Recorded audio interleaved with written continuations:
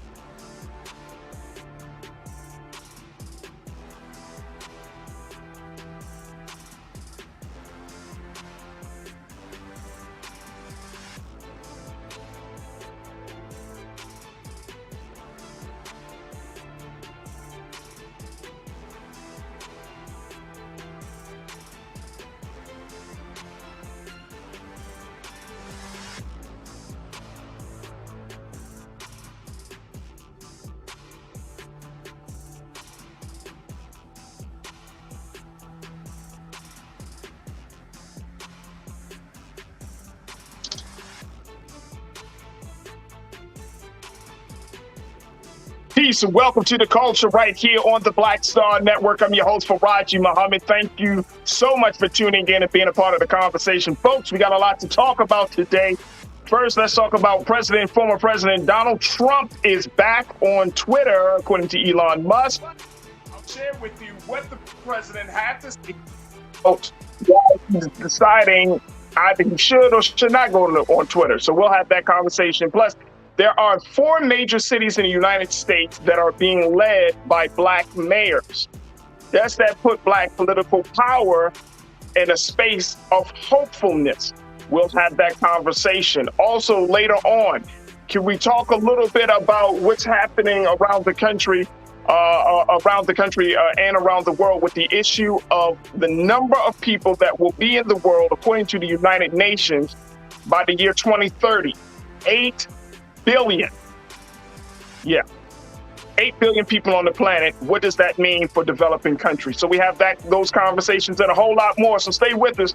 It's all happening on today's edition of The Culture right here on the Black Star Network. Let's go.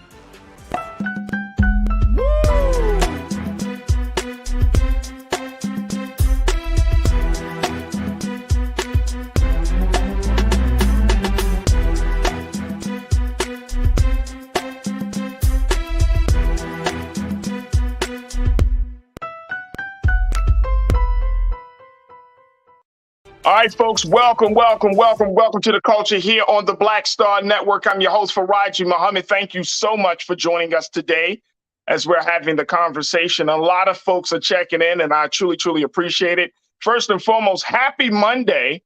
Happy Monday, folks. So if you're like me this time of year, especially when it's the week of Thanksgiving, you mentally have already checked out.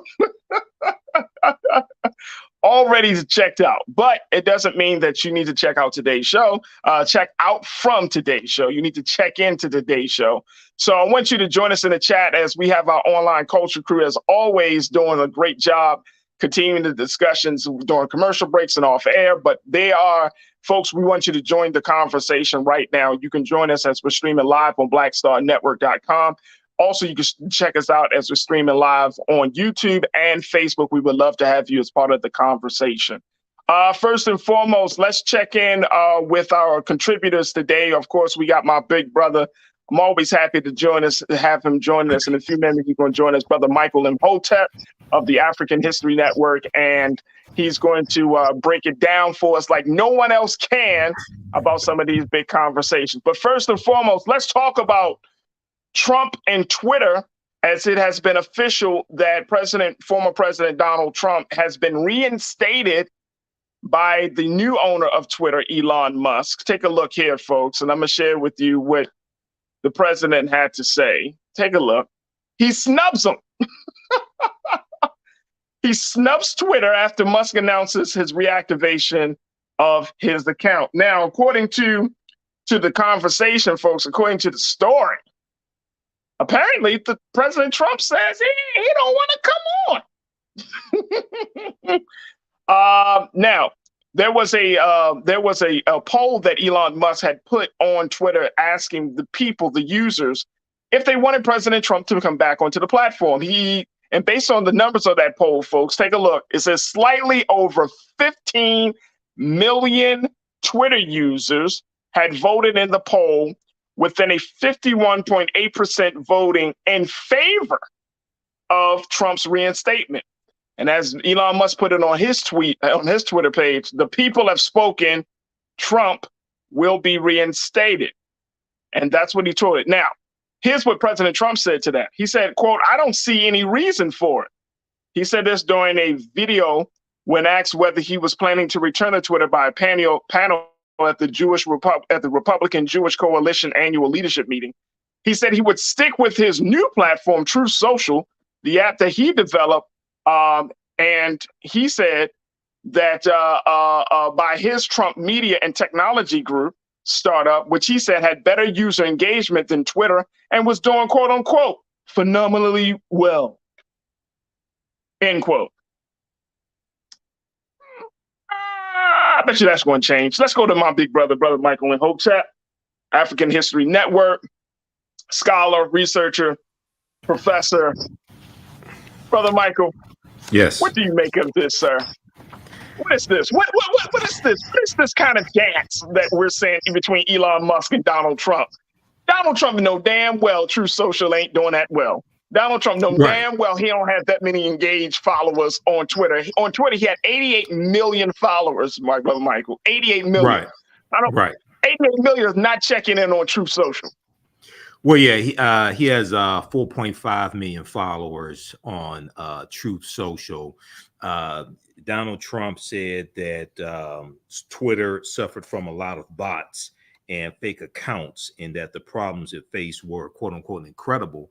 But a lot of those bots and fake accounts were following Donald Trump. And we know that, the Internet Research Agency out of Russia, we know that they use bots and fake accounts on social media to push their agenda. So Donald Trump may eventually go back to Twitter. I think he's just trying to bluff, and he wants people to be on Truth Social. He has an agreement with Truth Social that any post, Trump is obligated to give Truth Social a 6-hour exclusive on any post that he makes on social media, but is free to post quote unquote political messaging, political fundraising, or get out the vote efforts, end quote, on any site at any time, according to a May Securities and Exchange Commission filing. So this is at the same time when you mentioned the Jewish Republican convention that took place in Las Vegas a few days ago, and you had people posturing like former Governor Chris Christie of New Jersey. You had others, Governor Chris Sununu, and others who were saying it's time to move past Trump because they're tired of losing. Okay. Right. And some of them are positioning themselves to run for president in 2024.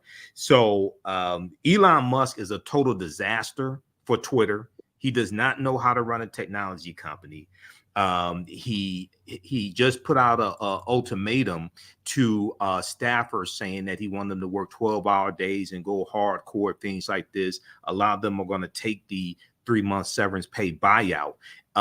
And you have a lot of celebrities who are fleeing Twitter also because it's a total disaster under Elon Musk. So we'll see what happens with this. So here's my thing on this, Brother Michael. We know that I really wasn't keeping up with Twitter. Now, like Elon Musk is putting out these messages about every major or every minor. It seems like every minor little nuance that he puts on, that he makes with Twitter. He's like, oh yeah, we just updated this and updated that. And I'm like, sir, I mean, unless you're we don't need to know the behind the scenes stuff until it manifests itself into the user space, right? Like I'm not familiar with some of the language that he's putting out there. I remember seeing this one tweet. He's like, yes, we just updated the RS server and blah, blah, blah. I'm like, who are you talking to, bro? Like, this is not a stake, like a meeting with your staff here. Like, you're talking to users who really don't care about the intricacies and what's going on behind closed doors of the technology itself. It's just like, make sure that my tweet is seen. Make sure, you know what I mean? It's just basic stuff. He's talking to the advertisers.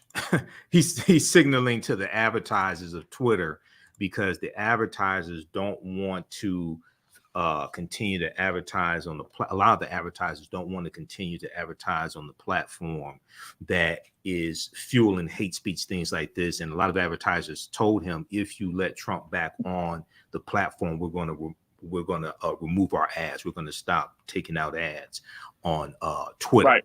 So he's speaking to the advertisers.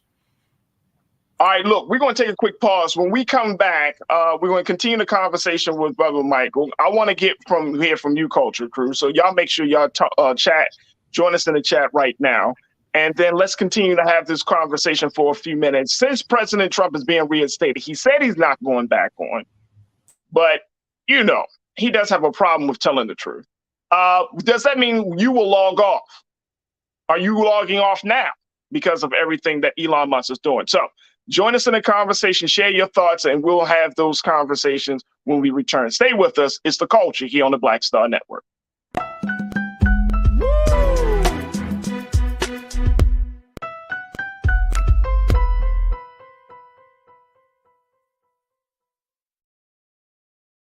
Pull up a chair, take your seat.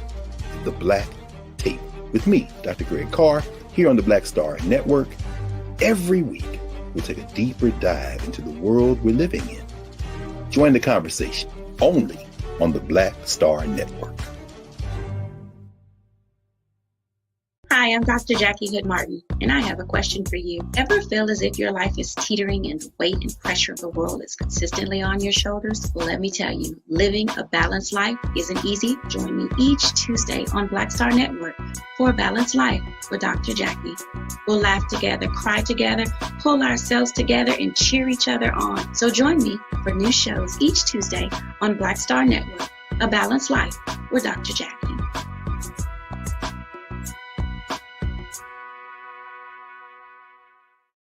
Don't you think it's time to get wealthy? I'm Deborah Owens, America's Wealth Coach, and my new show on the Black Star Network focuses on the things your financial advisor or bank isn't telling you. So watch Get Wealthy on the Black Star Network.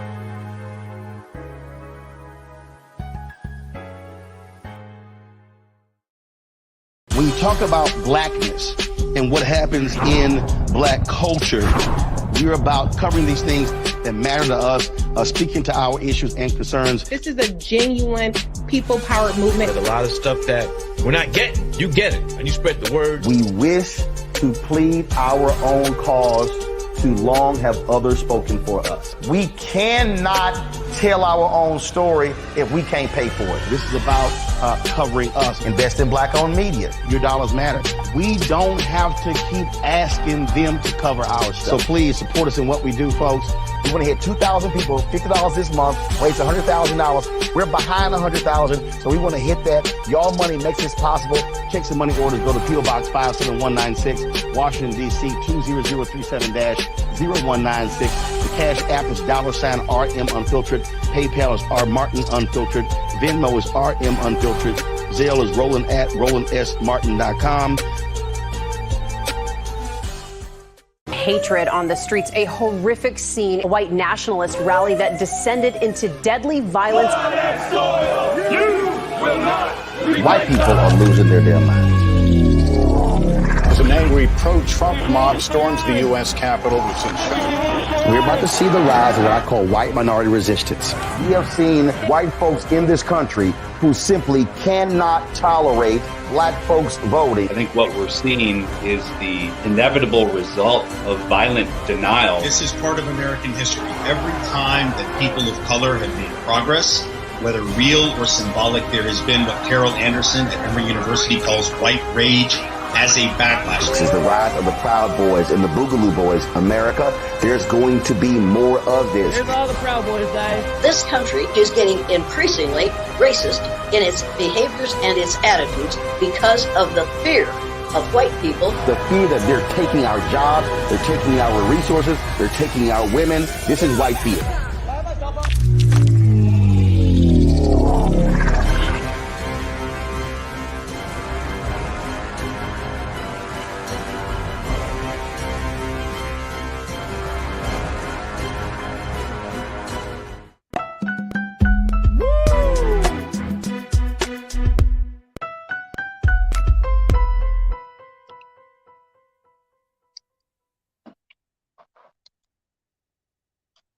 right, folks, welcome back to The Culture here on the Black Star Network. I'm your host, Faraji Muhammad. Thank you so much for tuning in and being a part of the conversation.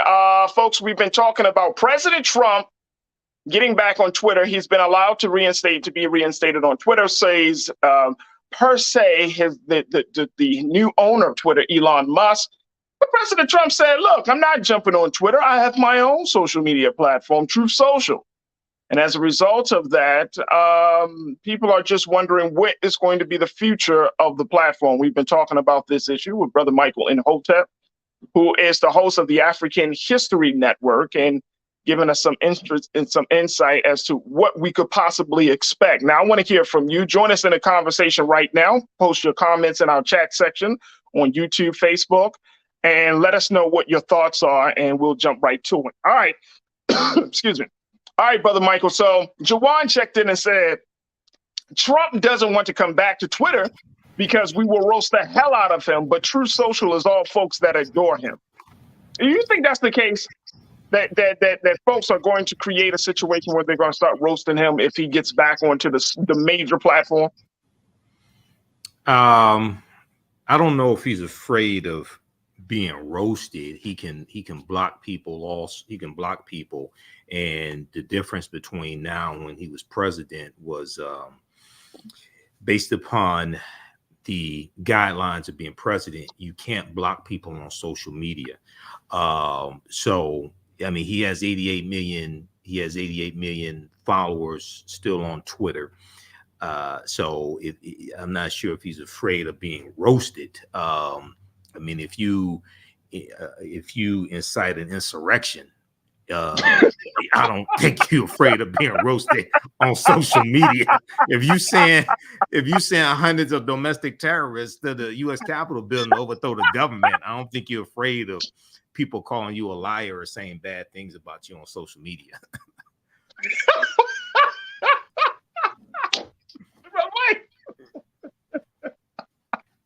I appreciate how you candor, bro. I just love it.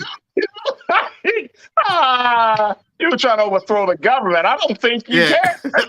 I don't think you're worried about people saying bad things about you on social media.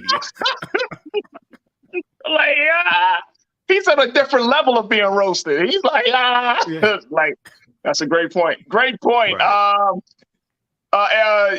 And you don't like my music. You say 10% of Twitter users create 90% of the posts. I don't know. I don't know about if that's the case. I'm gonna be honest. I don't know. I know I create posts. Look, I don't care what everybody else does, just as long as my post seen by 1,000 people. That's all I feel like. You know what I'm saying, Brother Michael? At the end of the day, that's all it is. Like, I want my post to be seen. If my post is seen, if you want me to put in a word, some crazy word to match some algorithm that's going to take my post to the next level, so be it. But I just want my post seen. So I'm not. With Trump is different because Trump has a cult following. Cult following. A cult, C-U-L-T, a cult following. And people need to understand the difference between a religion and a cult is that in a religion, your savior dies for you. In the cult, you're asked to die for your savior. And this is a death cult. This is a death cult that Trump has. Okay. So people, we have to understand what we're dealing with. Wait a minute. Hold on. Say that. Wait a minute. Say that once again. The difference between a religion and a cult is in a religion, your savior dies for you. In a cult, you're asked to die for your savior, like Jim Jones in Guyana. Okay. And when you look at Trump, he did not give any pardons to any of those domestic terrorists who he sent to the U.S. Capitol building. It's over 800, it's almost 900 of them who've been arrested and they're being charged, they're being prosecuted. Many of them, a lot of them have entered in guilty pleas. You had a number of them who've been convicted. Before Trump left office, he could have given pardons to those people who went to try to overthrow the government on his behalf. He didn't give a pardon to any of them. Now he gave a pardon to like his friends, like what's that? The cat Stone, Roger Stone, Roger Stone. He gave pardons to his friends like Roger Stone. But those people who were his cult followers that he sent to the U.S. Capitol building, he didn't give any of them a pardon. They were asked to die for their savior. Yo, see, this is why I love having you on, bro. See what I'm saying? See what you're dropping right now? Right. I appreciate that. That's a great point. Excellent point. Sean Ryan, you checked in and said, I think Trump is more interested in his platform trying to get those 80 million Twitter followers. Yeah, of course. I mean, Brother Michael, you mentioned 4.5 on Truth Social. I mean, I remember it was like 100. You know what I'm saying? So it was growing, obviously. But it's growing, I think to Sean's point. But to Sean's point, yeah, like he's trying to build up his platform. But so he doesn't want to. And this is, if I say anything, I'm gonna put this in perspective, y'all. Just walk with me on this thought for a moment. The thing that you can't say about Trump is that he gonna find a way to make it happen for him in some way, shape, or form, whether it's illegal or legal means. He gonna find a way. You know what I'm saying? To try to create this level of this level of independence that he wants from the system, even though he benefits greatly from the system, right? Whether you're talking about the loopholes of taxes or real estate or just in general, like he benefits greatly from various systems, but he always, and this is something that we've seen since in his personal life, he always wanted to be the guy that paves his own road, even though he was given the utmost privilege to be where he is. He always wanted to be like, no, I came from nothing. There's something that I think he always wanted to. He contends within himself, Brother Michael, that he wants to be the, pull up your bootstraps type of guy, even though there was not any period in his life where he had to do that, right? He was always given help, but he gets off this persona like, no, I'm self-made. Like, you're not self-made. No, he's not. He's not self-made. He was propped up by his father, Fred Trump, and he was put in business by his father, Fred Trump. But Donald Trump has always wanted to be accepted by the elite billionaires, by elite celebrities. He's always wanted to be accepted by them. That's why he made arrangements to do so many cameos in movies and TV shows, things like this. He always wanted to have that type of status. And we see that we see celebrities running away from him, but also we saw a lot of celebrities who said they were shutting down their Twitter accounts when Elon Musk bought Twitter also.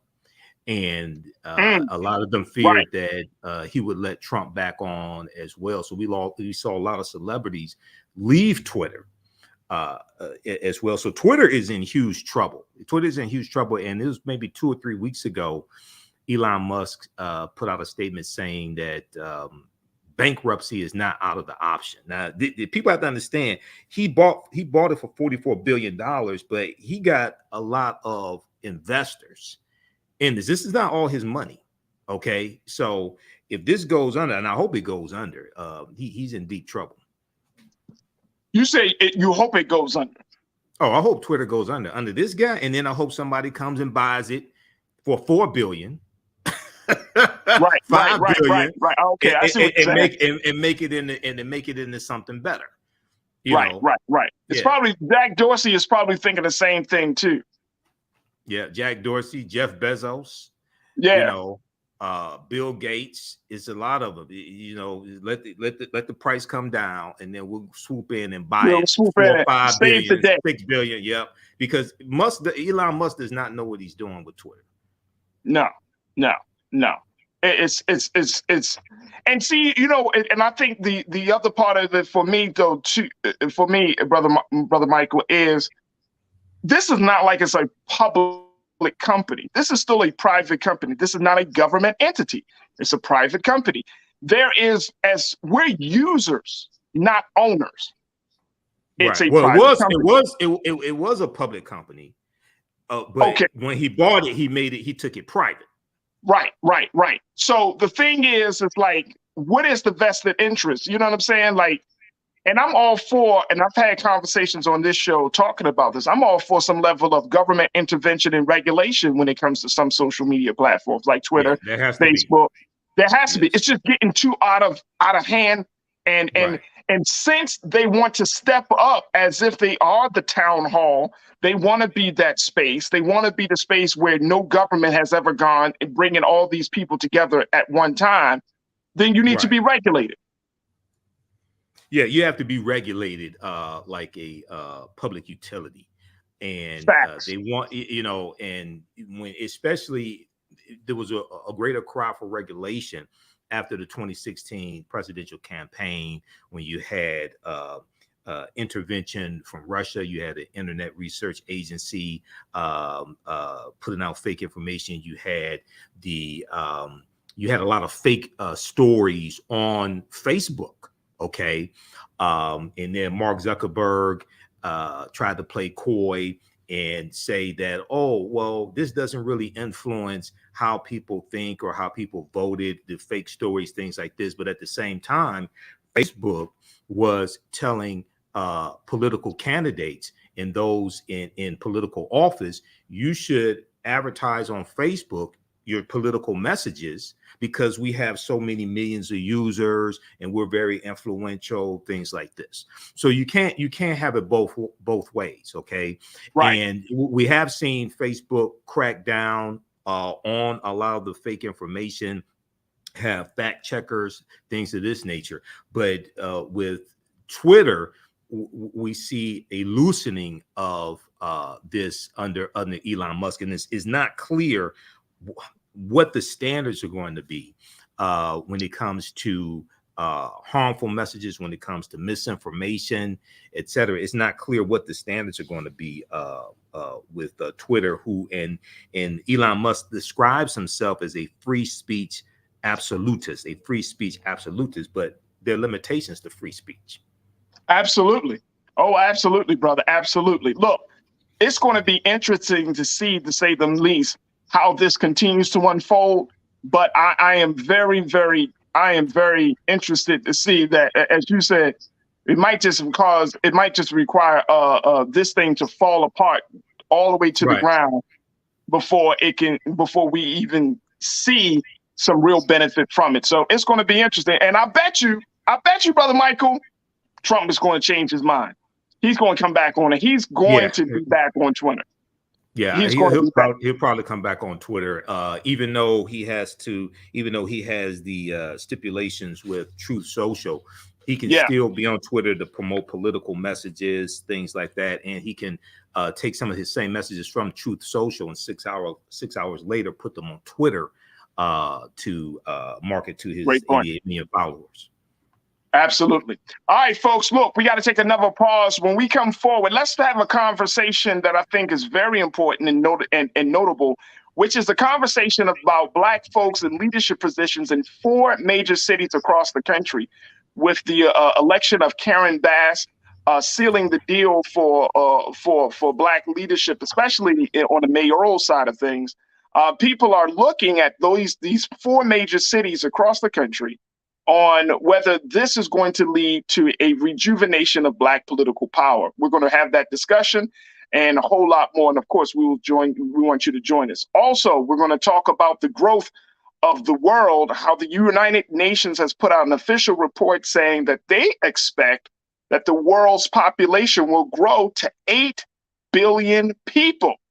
The question is, what will that do not only for those of us here in the West, but for developing countries in the motherland of Africa and other spaces, and how that may impact how resources are being appropriated. So we'll have that conversation. So stay with us. A lot to get to here on today's edition of The Culture here on the Black Star Network. We'll be right back.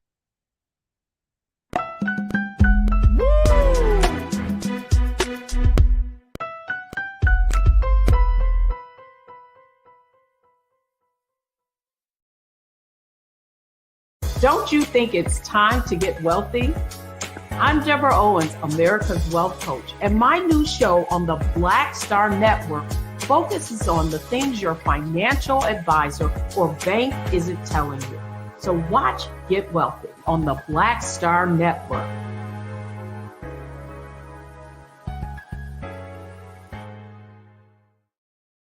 Hi, Hi, I'm Dr. Jackie Hood Martin, and I have a question for you. Ever feel as if your life is teetering and the weight and pressure of the world is consistently on your shoulders? Well, let me tell you, living a balanced life isn't easy. Join me each Tuesday on Black Star Network for A Balanced Life with Dr. Jackie. We'll laugh together, cry together, pull ourselves together, and cheer each other on. So join me for new shows each Tuesday on Black Star Network, A Balanced Life with Dr. Jackie.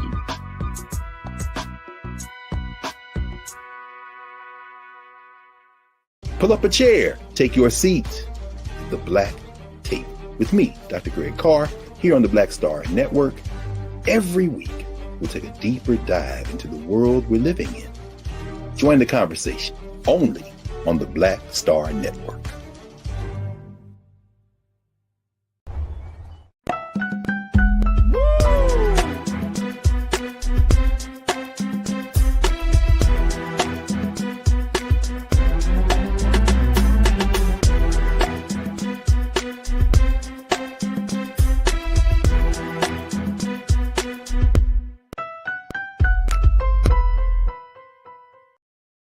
All right, folks, welcome back to The Culture right here on the Black Star Network. I'm your host, Faraji Muhammad. Thank you so much for tuning in and being a part of the conversation. Folks, let's have a conversation about something that is very enlightening and could open the door for some new things to happen. And this is the conversation that I've been kind of really waiting to have, especially with my brother Michael in Hotep, to talk about, what's going on politically around the country. Of course, y'all know we've been talking heavily about politics and more importantly, the Black voter and looking at what happened with this midterm elections. There were some highs and there were some lows.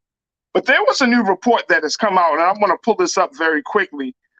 There was a new report that showed, and this is from the Black Mayors Association. Man, oh man, and I'm really excited to share this with you folks, because sometimes you get so wrapped up in other small things that you forget to look at the big picture. Here's the situation.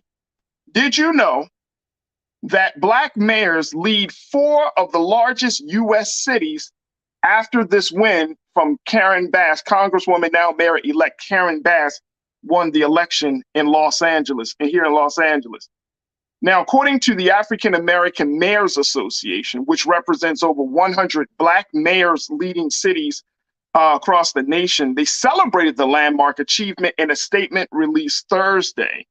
And in their statement, they say that as Black mayors continue to win elections this cycle, we are excited that for the first time, the 4 largest cities, New York City, Los Angeles, Chicago, and Houston, are each led by an African-American mayor. I want to bring my brother Michael and Hotep into the conversation as we look at this. And Brother Michael, 4 major cities. They are 4 Black mayors leading the charge on each of these cities, especially now with Karen Bass as the new mayor of Los Angeles. She gets inducted on December the 12th. Right. You got Eric Adams, who was voted mayor of New York City in November 2021, excuse me. Mayor Lori Lightfoot was elected by Chicago voters in 2019, and Mayor Sylvester Turner has held the role in Houston since 2016. Now, this is really big. Now, the other part about this, they said, Brother Michael, is that a record of 145 Black women filed or pledged to run for Congress in the recent midterm election, up from 130 in the 2020 election, as reported by the Center for American Women in Politics. And so when you have Black mayors in charge of some of the 4 largest cities, and it's interesting that we're seeing this, and let me throw this out there. We may see some change in Atlanta, Georgia. That's another city that I'm keeping my eyes on. But when you have 4 Black mayors in charge of these 4 large cities, what does that say? What do we take from that as it relates to Black political power in this country? Well, the win by Representative Karen Bass from California against Republican challenger Rick Caruso is a huge win. She'll be the first African-American female mayor of Los Angeles. And he spent a lot more money on his campaign as well. Okay. I don't remember the exact numbers, but she was over outspent. $100 million. Yeah, over $100 million. Yeah, over $100 million. And he's running on the platform of fighting against crime and law and order, things like this. And she's taking a more holistic approach to policing. She's from California. She's served in the House of Representatives for 6 years, representing Los Angeles. So I think it's a huge win. Now, how successful she is, I think, has a lot to do with African Americans in the city of Los Angeles and how we push our agenda to get things accomplished. Because you get somebody elected who you voted for does not mean you can go to sleep for 4 years, because there's also a counter force that will push against her to keep her from getting certain things done. She made fighting homelessness as one of her top issues. Okay. And mayors have a lot of power when it comes to doing executive orders. I was on a committee to write an executive order here in the city of Detroit under former Mayor Kwame Kilpatrick. I didn't vote for Kwame in either two of the elections, but because of a position I previously had, and I was managing a construction trades program, we got on a committee to write an executive order that dealt with hiring people for construction jobs, not road construction, but building construction jobs in the city of Detroit. So mayors have a lot of power that they can use to help people, but also you have to understand there's a city council. So you can't just put that, and the city council is the counterbalance to the mayor. So you can't just complain about the mayor. You can't just talk about the mayor. You also have to deal with city council. And one of the most important things that people don't understand, and I saw this here in Detroit when one of my frat brothers who passed away, Angelo Henderson, when he used to host the show Your Voice here on what used to be WCHB 1200 AM. He would have former city council president Charles Pugh on the show periodically, and people could call in with questions and try to get help, things like this. 80% of the calls that came in, people were complaining about things that fell under the responsibility of the mayor. But because they didn't understand politics, they didn't understand the difference between the responsibilities of city council and the responsibilities of the mayor. They just running around yelling and screaming, but don't know who to go to get what it is they want because they don't understand politics. So we have to understand our city charters. We have to understand what are the duties and responsibilities of a mayor that are different than that of the city council, so you can understand who to go to push your agenda to and get things actually accomplished. So it's sort of, and I'm not going to diminish the wins because that is big positions. But to the point of, you can have your representative, you can have your person as the mayor, but it still has to be that checks and balance still has to be coming from the city council. So you still got to get the right people in the city council to kind of push certain agenda items further along, because it's a partnership between those two offices, right? So is that what I'm hearing from you, Brother Mike? Yeah, because certain things like contracts over a certain amount have to be approved by city council, generally speaking. Generally speaking, when it comes to cities, but mayors do have a lot of power when it comes to executive orders. They have a lot of power when it comes to policies within their administration. Okay, so you want to be. This is why organizations are so important. They get engaged in these different processes to be able to understand who to go to get what it is that you want, and be able to understand how to constantly push your agenda also. Right. All right, I want to hear from our culture crew because folks are checking in about this. Folks, what are your thoughts? 4 Black mayors leading 4 major cities: New York, Chicago, Houston, and Los Angeles now. And I would love to get your take on it, folks. Post your comments in our chat and let me know how you feel. Does this push the idea of Black political power forward, or is that yet to be seen? Let's talk about the other part. Here's the other part about this, Brother Michael. Lightfoot, Eric Adams, Sylvester, Mayor Sylvester, and Mayor-elect Karen Bass. Mm-hmm. Even though they're Black, the way they go about governing is different. How much of their difference weighs upon how we should see whether they're pushing the Black political agenda? Well, and I hope I'm framing the question in the right way. Right. Well, I understand. So the question I would ask is, what is the Black political agenda? Okay. That's first and foremost. And what I explain to people who keep talking about Black agenda, and they say, I'm not voting for anybody that doesn't have a Black agenda. The first thing that you should do is identify those who have an anti-Black agenda and make sure you stop them. This is the mistake people made in Florida when they didn't vote for Andrew Gillum in 2018 and let Ron DeSantis become governor.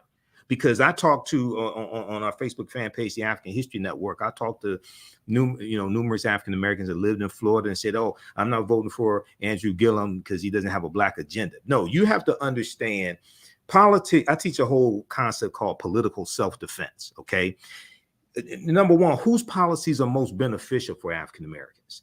Number two, whose policies will do the least amount of harm? Okay. Number three, who can create an environment for you to push your agenda the farthest and get the most accomplished? Number four, who will protect gains that have already been made, because there's always people trying to take you back. Okay. And number five, you have to be able to identify those whose policies will harm you, because you have to make sure that you stop them. A lot of times people think, oh, if I just don't vote, things will stay the same. No, they're not. Most likely they'll get worse. Especially when you have people who get in office who are purposely trying to target you and do you harm. You have to first identify those who have an anti-Black agenda, because an anti-Black agenda is worse than not having a Black agenda. It's one thing to say, hey, my policies are going to help everybody. If I'm advocating for $15 an hour, this is going to help everybody. It's another thing to have people who purposely want to target you and pass voter suppression bills, okay, and want to have a police force to go out and arrest people who they claim voted illegally, when it was the voter department that sent them the voter registration card in the first place. Okay, so you have to identify people who have the anti-Black agenda and make sure that you stop them. It's not only about who has policies that benefit African Americans, is understanding how to identify and stop those who are trying to harm us as well. So once we identify who has an anti-Black agenda, then out of that we can come forward and say, okay, what policies benefits the most, which policies causes us the least harm, which policies gives us the space to make the gains that we want to make. Like we can create. Right, take the agenda farthest, right. But most importantly, we have to understand a Black agenda is not what politicians give us. That's what we give them. But to be able to put together a Black agenda, you have to understand history, law, and politics to be able to put together a Black agenda. This is the problem that you had. A lot of people mean well, but this is the problem that you had when you had rappers trying to put together Black agendas saying they want race-specific policies. But based upon Title VI of the 1964 Civil Rights Act, Section 601, non-discrimination in federally assisted programs, race-specific policies are illegal. Right. So you got people out here putting out Black agendas who don't understand law and did not even consult with attorneys who have experience in crafting legislation, trying to put out fantasy, something that's illegal, something that's not going to happen. And then when we don't get it, we get disappointed.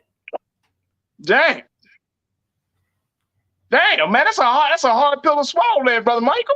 Go to archives.gov and read the 1964 Civil Rights Act. We don't understand law. Politics is the legal distribution of scarce wealth, power, and resources, and the writing of laws, statutes, ordinances, amendments, and treaties, their adoption, interpretation, and enforcement. Okay, and I'll post a link here because I deal with this, on my show and things like this, and I hear people say all this Simple Simon nonsense, and it's like No, it's just like people who think that the COVID-19 Hate Crimes Act, which is ostensibly called the Asian hate crime bill. It's not an Asian hate crime bill. It's the COVID-19 hate crimes bill. If you go to congress.gov and read it, number one, it doesn't deal with race-related hate crimes. It deals with COVID-19 related hate crimes. Number two, if you read the language, it applies to African Americans because it's not race specific. It came about because of Asian Americans being targeted. But the first hate crimes act in the history of this country was signed into law in 1968 by President Lyndon Baines Johnson as part of the Fair Housing Act. And that was a result of the modern day civil rights movement. And that hate crimes act was largely for African Americans. Absolutely. Absolutely. Yeah, I see you got that link in the chat. Let's go to some. Yeah, go to section titles. Go to Title 6, Roman numeral 6, V1. And all right, we're gonna pull that up, and I want to get a couple of comments from our online culture crew because folks are checking in. Real Brooklyn, you said, Brother Michael, what are your main issues to tackle local, federal, and world issues? Is there 2 items that can be focused on in order to move more progressively in the people's favor?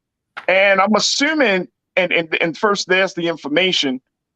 Thank you so much for putting up Real Brooklyn's message to Brother Michael. So here's the information that Brother Michael wants us to share. It looks like a lot of words, folks, but you just take the time to read it. Just hit Control F and search for Title V1, and it takes you right to Title 6, non-discrimination and federally assisted programs, which is section 601. Control F and it takes you there, and I don't know if we have it up on the screen, but if we get up on the screen, but it says no person in the United States shall, on the ground of race, color, or national origin, be excluded from participation in, be denied the benefits of, or be subjected to discrimination under any program or activity receiving federal financial assistance. Okay, so race-specific programs have been illegal in this country since at least 1964. And in California, they have a similar law so that race-based programs are illegal. Now, you can craft policies that disproportionately benefit African Americans. Okay, it's just like federal student loan assistance, because 72% of Pell Grant recipients are African Americans. When Biden put in the stipulation that if you had a Pell Grant, you can get up to $20,000 forgiven. Well, that is going to move 500,000 African American families from a negative net worth to a positive net worth, and it's going to wipe out the remaining student loan debt of a little more than 25% of African Americans have student loans. Okay, now it's being challenged in court by Republicans. They're filing lawsuits to block it. Okay, but this is an example of crafting policy that will disproportionately help African Americans, while at the same time not violating it being a race-based policy. Okay, but you have to understand law to understand how to navigate throughout the system. Everything they do to us, they use the law to do it. And when they get caught breaking the law, they go hire an attorney at law to defend them in the court of law. So the common denominator is law. Right. So we need to understand the law better than they understand it, so we can disarm them of that weapon and use it to our benefit. This is political self-defense. Absolutely, absolutely. I love the way you put that. Let's go back to the let's go back to the comments. Eddie Thorne, Eddie, you said at least 2 of those mayors will have to deal with Republican-controlled state house legislatures. Brother Michael, speak to that. Let's talk a little bit about that, because that relationship between the mayor and the state lawmakers is a very interesting one, depending on the state that you're in. Right, exactly. And this is why state legislatures are so important and governors are so important. So those mayors are going to have to do the best they can to deal with the state legislature and understand, because like, for instance, the majority of control over policing is not at the federal level, is at the state and local level. Okay, so there may be some things that they can do locally, and they can get funding from the White House and things like this for certain initiatives. But they're going to have to contend with their state legislature and their governor as well, which is also why who you vote for your state legislature and governor is so important. So you can't just focus on your mayor and say, oh, we don't need to vote for the governor, we don't need to vote for the state legislature. All that works together, as well as like your county commissioner, okay? Right. Your county Right. commissioner and your county executive, okay? Right. But mayors do have, and it may vary from city to city because of the city charter, but Right. mayors do have leeway in what they can do in the form of executive orders and different policies they can put in place in their administration. Let me tell you, brother, in Baltimore, when I was living in Baltimore, there was always, for years, we had Republican Governor Larry Hogan, who served as the mayor. Right. And of course, he was mayor during the period of former Baltimore Mayor Catherine Pugh. He was mayor during the period of Baltimore Mayor Brandon Scott now. Of course, he's about to leave office because he did 8 years. He was voted twice. So he did 8 years, and so his time is almost over, and bringing in Wes Moore. But one of the big things that has always been a major part about Baltimore politics is the relationship that Baltimore has with the capital of Annapolis, and how Larry Hogan saw the city of Baltimore, how it became like this cloud, Brother Michael, over the state going to the governor as it relates to policing issues, because a lot of the police policies were dictated by state lawmakers, right. As it related to school funding. Yes. Because our city schools were dictated by state lawmakers, and that money was given from the state. Right. But So also your those two areas- HBCUs in Maryland. There and was a those fight over HBCUs. funding from the state. Facts. Yes. Yes. So that relationship, it became clear. Like, there were times when the governor and the mayor of Baltimore City would be butting heads, brother, and that would and that would stop not just the flow of money.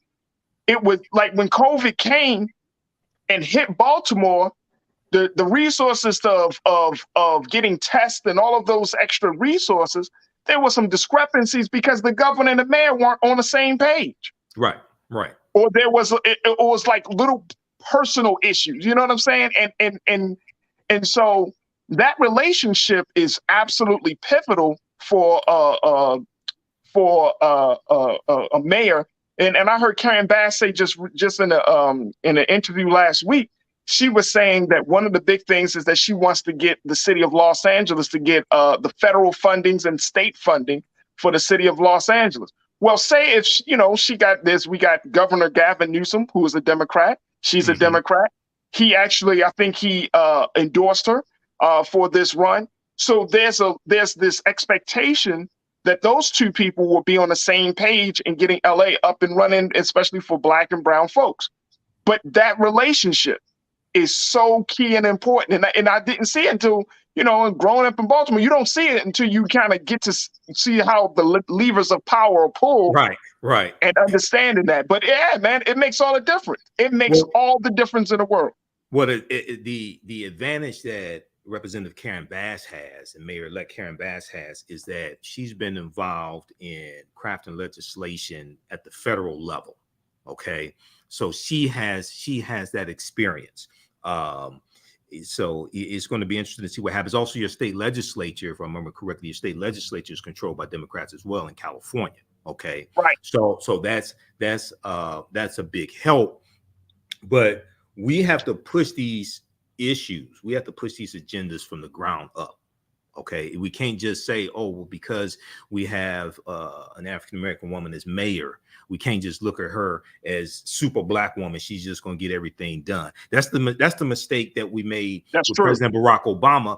And we just thought everything was going to change. It's like, no, you don't understand the opposition against him, number one. Number two, you had the rise of the Tea Party in 2010 that was financed by the Koch brothers. Okay, and Democrats lost control of the House of Representatives in that 2010 midterm election, and there was a backlash to the Affordable Health Care Act.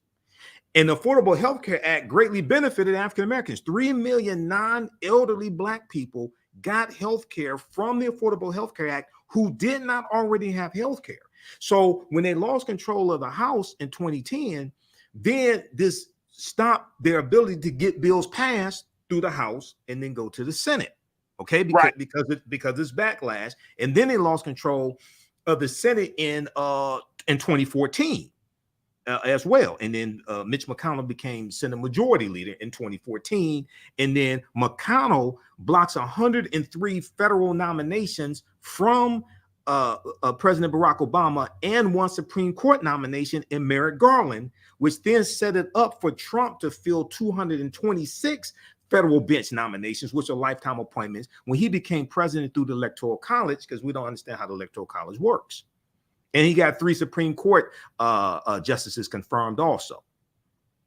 Right. Absolutely. Absolutely. Look, when we come back, we got to take a quick pause. When we come forward, Brother Michael, as we look at this issue of 4 Black mayors leading 4 major cities, let's talk about the issue of representation. How important it is for us to be excited about representation, even though we know that each one of these Black mayors are going up against significant forces to keep their power from being fully exerted, especially for the benefit of Black and brown communities. So let's talk about representation. And I want to spend a little more time on that. Also, in the next hour, let's talk a little bit about this latest count from the United Nations, this latest report that shows that there are going to be projecting that there will be 8 billion people on the planet, folks, and how that will impact countries like the United States in America and the developing countries that are a part of the great continent of Africa. We'll have that conversation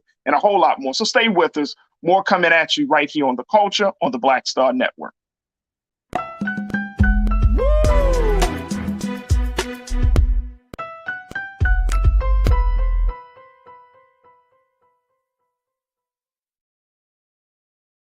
Don't you think it's time to get wealthy?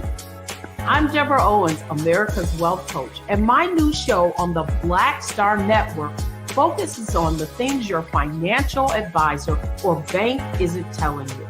So watch Get Wealthy on the Black Star Network.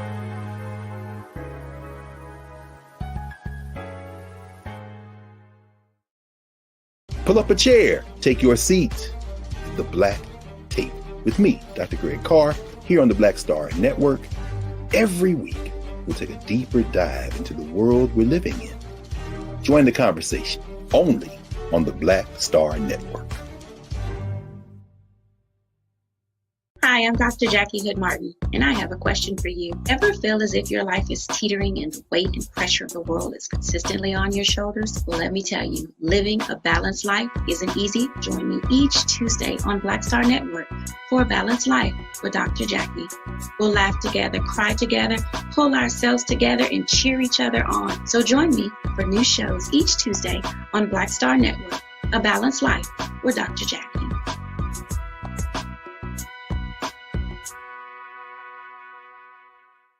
When you talk about blackness and what happens in Black culture, we're about covering these things that matter to us, speaking to our issues and concerns. This is a genuine people-powered movement. There's a lot of stuff that we're not getting. You get it, and you spread the word. We wish to plead our own cause, to long have others spoken for us. We cannot tell our own story if we can't pay for it. This is about covering us. Invest in Black-owned media. Your dollars matter. We don't have to keep asking them to cover our stuff. So please support us in what we do, folks.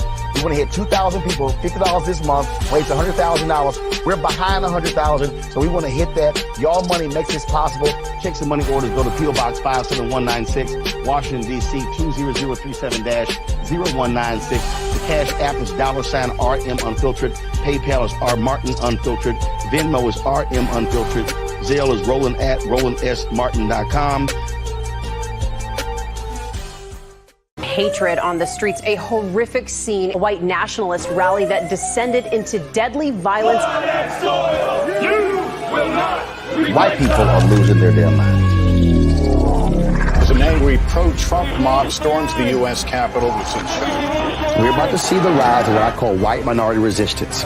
We have seen white folks in this country who simply cannot tolerate Black folks voting. I think what we're seeing is the inevitable result of violent denial. This is part of American history. Every time that people of color have made progress, whether real or symbolic, there has been what Carol Anderson at Emory University calls white rage as a backlash. This is the rise of the Proud Boys and the Boogaloo Boys. America, there's going to be more of this. There's all the Proud Boys, guys. This country is getting increasingly racist in its behaviors and its attitudes because of the fear of white people. The fear that they're taking our jobs, they're taking our resources, they're taking our women. This is white fear.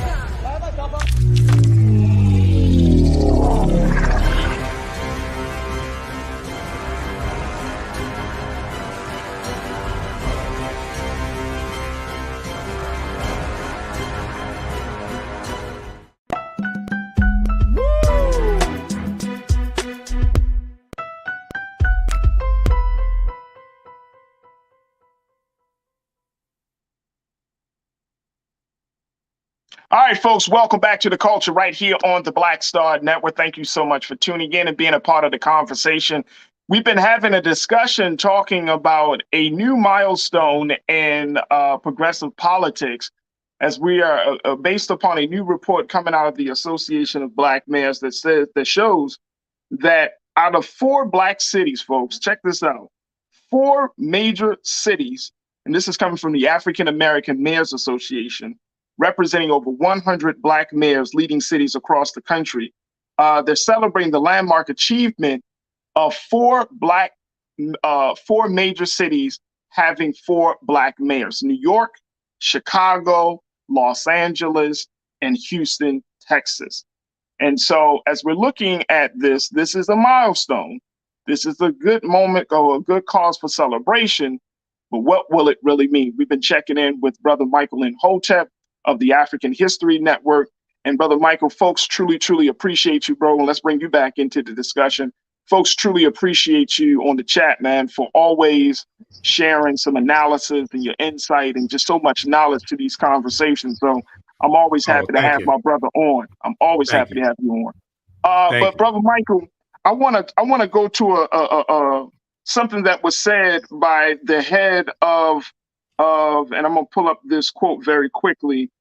This is coming from a woman, Glenda Carr, president of Higher Heights for America, right, which is a political advocacy organization supporting Black progressive women in politics. She put it out there.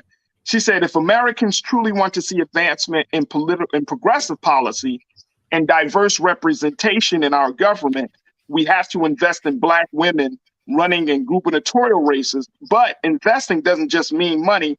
We have to invest our time, energy, and talents if we want to get Black women candidates across the finish line. And that's all well and true. Here's my question to you and to our listeners and to our watchers. When we talk about that level of representation, and I'm starting to become more mature, and I think I'm evolving from you and from other folks, Brother Michael, and understanding this. Right. No, real talk. You know what I mean? Like, I'm just letting you know, bro. You teaching me just as much as we having a conversation. But one of the things that I'm learning is representation is good, but how much weight should we place on it, given the fact that we have been in cities across this country. We had, like in Baltimore, we've been under Democratic control for 30, 40, sometimes 50 years in some of these cities, right? And we're not seeing the type of progress. We're not making the type of gains that we want to see make. But we have Black people in power. You know what I'm saying? That representation is there. How much weight should we actually place on representation?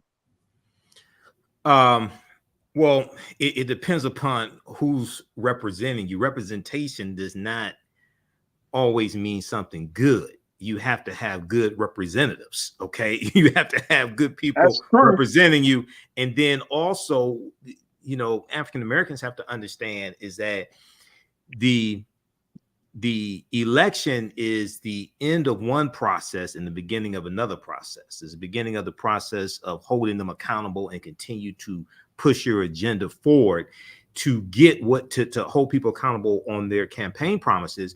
And also go after people who are trying to block what it is that you're trying to get as well, trying to block what it is you're trying to get accomplished. So after the election, we can't go back to sleep. You have to stay engaged.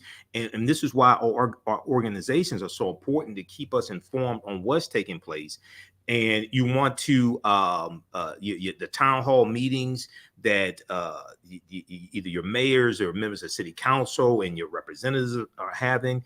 You want to at least have representatives from your organization at those town hall meetings so they can bring the information back to you. Also, you want to get on their email list, okay? Because their email list gives you information about what resources are. It gives you information about what they've been doing, things like this, bills they've gotten passed, etc. So you want to go to their websites, get on their email list, because that gives you a lot of information. Also, you want to stay engaged. So representation. I mean, Clarence Thomas has been on the U.S. Supreme Court for 30 years. Come on, bro. That representation has not been good representation. So you have to have good representatives, okay, to represent, for representation to mean something for us. But also a lot of that has to do with our engagement as well. We can't just leave it up to one elected official or something of that nature. So you put this in the proper context, which I think is important, which is the fact that, yes, I mean, representation is cool, but that's still like a quota. That's not necessarily means that that's a pathway to power. And it's supposed to, and like you brought up Clarence Thomas, bro, it feels like we don't have a black man on the Supreme Court, brother Michael. Right. Yeah, we haven't since Thurgood Marshall. And his wife is quite possibly being involved in trying to overthrow the government too. Okay, so his white wife. Now, when you research Jenny Thomas, right? Rachel Maddow talked about this on the Rachel Maddow show on MSNBC, and this makes perfect sense. And I'm going to pull up this article here because when back in the 80s, Jenny Thomas was part of some cult. She was part of a cult back in the 80s. Okay, and what happened was she was able to get out of the cult, and she went through some type of counseling or something like this, right? And I'm going to pull this up right here. The untold story of Jenny Thomas anti-cult activism. The untold story. So this is from NBC News. This is I'll put the link here in the chat. So it's important to understand who these people are. Okay, because this makes perfect sense, because she used to be in the cult. Now she's in the cult of Donald Trump. All right. And it makes perfect sense. And I don't think the therapy worked. I don't think it was 100% effective. The untold story of Jenny Thomas anti-cult activism after she was quote unquote deprogrammed. This is NBC News. This is not conspiracy theory stuff. This is not alternative news. Yeah, no. Jenny Thomas became an anti-cult activist after being pulled out of a self-help group in the 1980s. She said in a video obtained by NBC News, several people knew her then. Several people who knew her then are surprised by her apparent embrace of election conspiracies that originated with QAnon. Well, it don't surprise me, because I don't think the deprogramming was 100% accurate. I don't think it was 100% successful. Wait a minute. Yeah. That was, if I was a psychologist, I would say she has an inclination to cult following. Yeah. Yes. Exactly. Like I wouldn't say, "Oh my gosh, why are we surprised?" Like, "Oh, surprising." She loves that stuff. I mean, she probably goes down the Alice in Wonderland rabbit hole so deep and so far. It's probably crazy. And let me just say this. It's hard to not believe that she doesn't put some of that stuff in the head or the heart of her husband who sits on the Supreme Court. Look, let me just tell you, folks, y'all know when you marry, y'all be like talking about, "Oh my gosh, my husband, my wife is my best friend," and your husband and your wife can be your co-partner in crime. Your husband and your wife can be your cohort. Your husband and your wife can be your partner in madness and foolishness. Like, because y'all share the same space. Y'all, come on, man. Come on. Let's think through this situation. But this is, I'm not necessarily surprised. I'm not surprised at all. Let me go to a couple of some more comments very quickly as we close out this part of the conversation. Mingli Natasha Surge, you said, it seems like Republicans are against all the bills that would help people, like lowering the cost of med students loan forgiveness, of med student loan forgiveness, the list goes on. Yeah. But they're also against the Inflation Reduction Act, even though they ran on reducing inflation and fighting against inflation.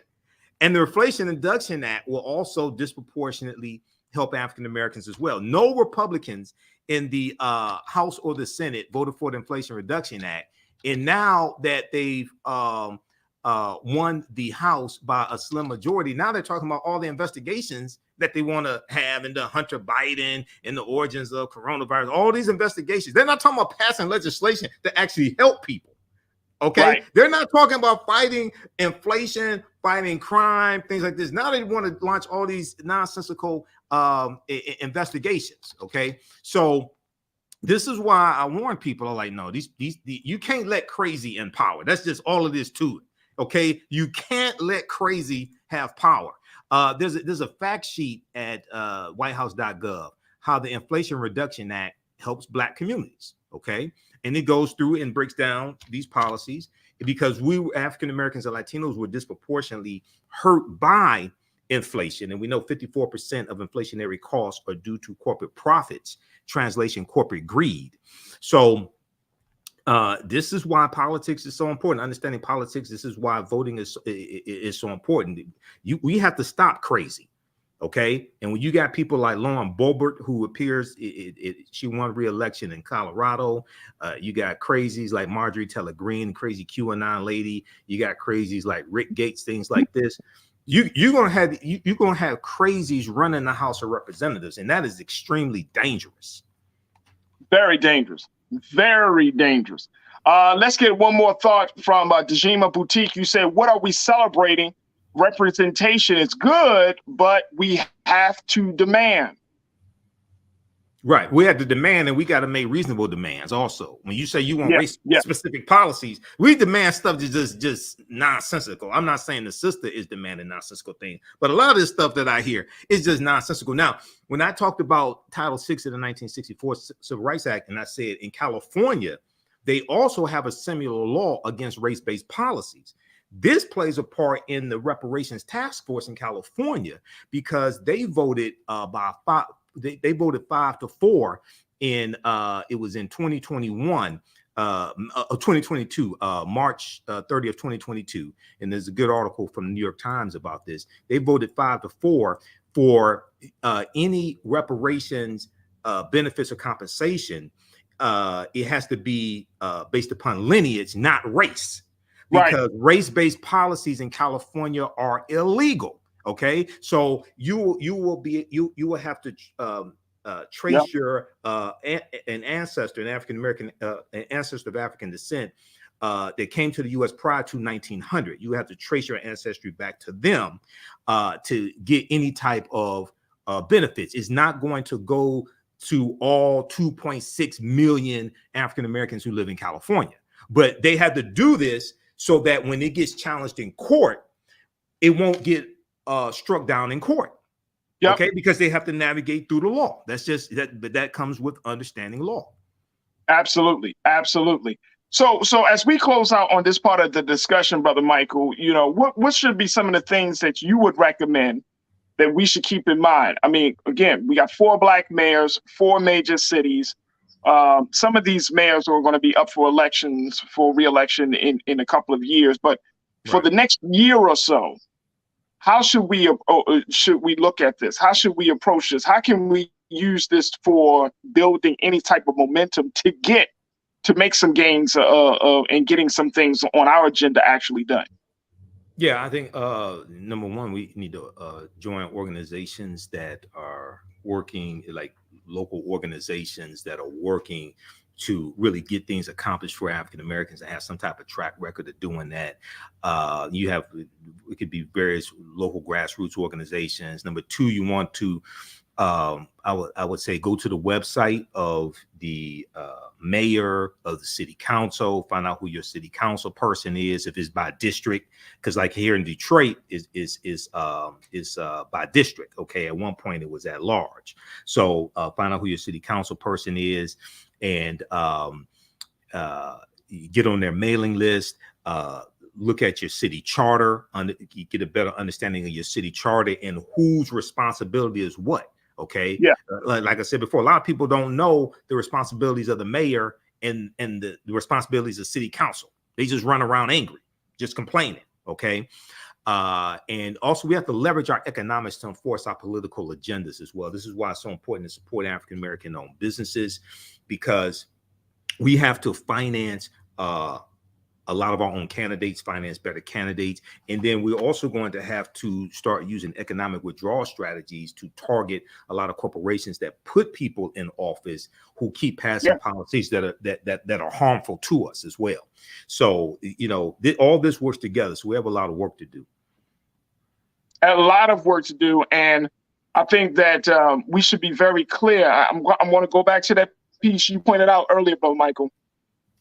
We want to have a Black political agenda, then we got to look at the policies, the laws, and those things that are not in the interest. Yeah, they're not in the interest of Black political power, right? We gotta start from somewhere, and you know we're in a very interesting place over the next. Let me see. This is 22. We're about to close out, God willing, 22. We're going into 23. Between now and the time we go to the polls. For the presidential election, right? We got to have some very serious conversations, very, very serious conversations. And I just want to throw something out there. You know, look at the history. And Brother Michael started researching that history of what happened in Gary, Indiana, 50 years ago in 1972, where they had that great Black political convention that was led by Amiri Baraka and many others. Looking at that as maybe that's the template by which we can move forward on a Black political agenda, because I think it's time for us to think outside of the box. Now, I know that's a whole different conversation, but just starting to look at that history and seeing, okay, what can we take from that history to use it to get some level of political power now? What's your take on that very quickly? Yeah, that can be extremely important. One thing I think is important is to put out, because when we come together from different sections of the community, different ideologies, we come with different levels of understanding history and politics. Before you come together, all those people coming together, which is good, you got to put out some information that lays a basic historical foundation, so we can understand history and understand some history of politics. So when we come together, people are operating more on a similar basis as opposed to all this argument, because everybody thinks their way is the best way. If your way was the best way, we wouldn't be in the predicament we're in today right now. Okay. So, but if we have this basic level of understanding of history and politics before we come together, then I think we can get a lot more accomplished and operate based upon the agenda as opposed to all this arguing back and forth. Absolutely. Absolutely. All right, folks, we got to take another pause. When we come forward, let's talk about the world's population being projected to grow to 8 billion people, the impact that it has on the West, and more importantly, the developing countries of Africa. So stay with us. That conversation is up next here on The Culture on the Black Star Network.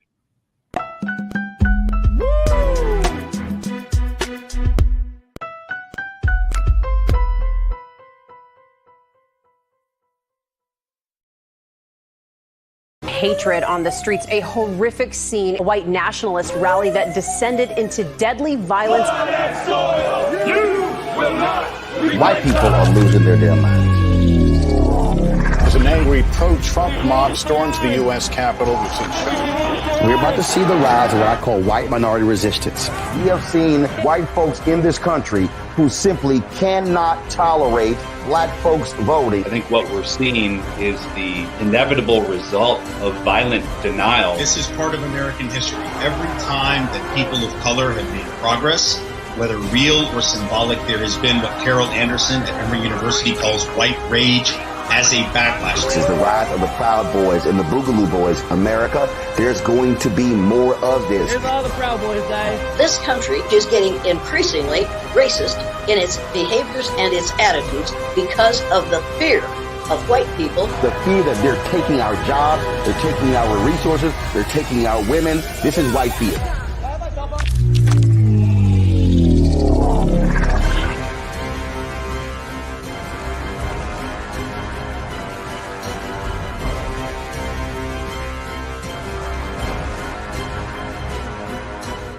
Pull up a chair, take your seat. The Black Tape with me, Dr. Greg Carr, here on the Black Star Network.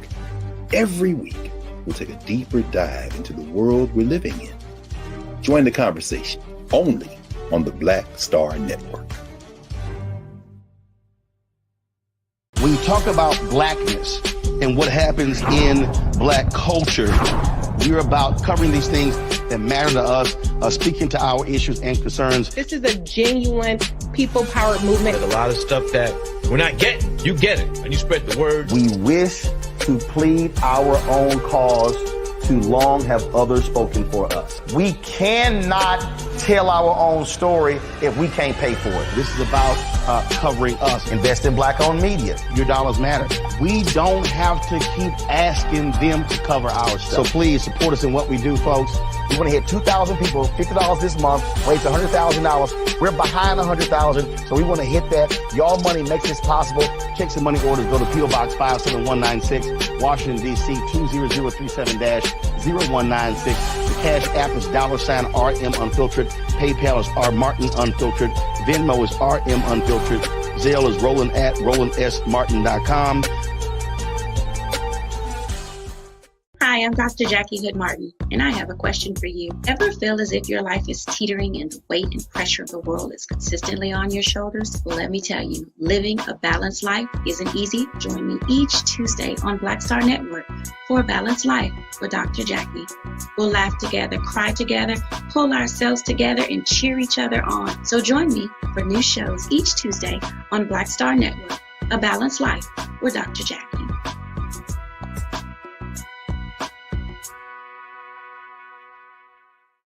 Don't you think it's time to get wealthy? I'm Deborah Owens, America's Wealth Coach, and my new show on the Black Star Network focuses on the things your financial isn't telling you. So watch Get Wealthy on the Black Star Network.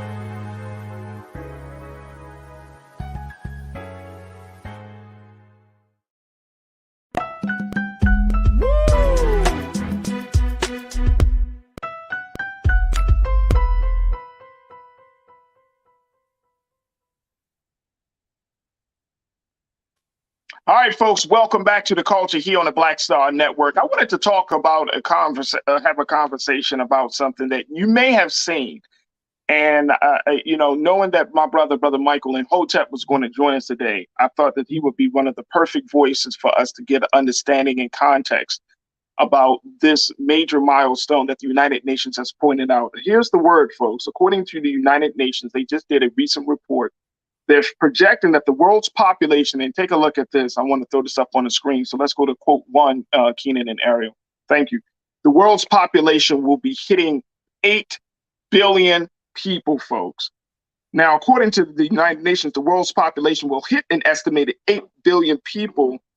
This came out on Tuesday, according to a United Nations projection, with much of the growth coming from developing nations in Africa.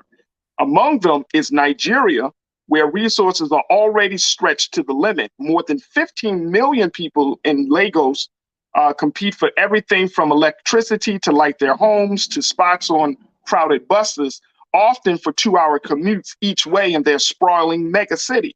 And over the next 3 decades, over the next 30 years, folks, take a look.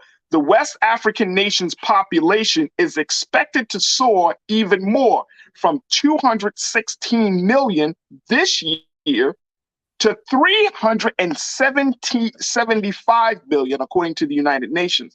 That will put Nigeria in a tie for 3rd place with the United States after India and China. it projected the world's population will reach around 8.5 billion in 2030. So just a little less than 8 years, 9.7 billion in 2050, and 10.4 billion in 2100. Now take a look. The UN report puts the current US population at 337 million, reaching 375 million in 2050. The population growth rate in 2021 was just 0.1%, the lowest since the country was founded. So according to a demographer out of the Brookings Institution, Mr. William Fry, he said, going forward, we're going to have to slower growth. The question is, how slow? The real wild card for the US and many other developed countries is immigration. Charles Kinney, a senior fellow at the Center for Global Development in Washington, says environmental concerns surrounding the 8 billion mark should focus on consumption, particularly in developed countries. Population is not the problem. The way we consume is the problem. Let's change our consumption patterns. Woo! Take a look at this. This is the picture from the Griot and talking about this story. I want to bring my brother Michael and Hotep in.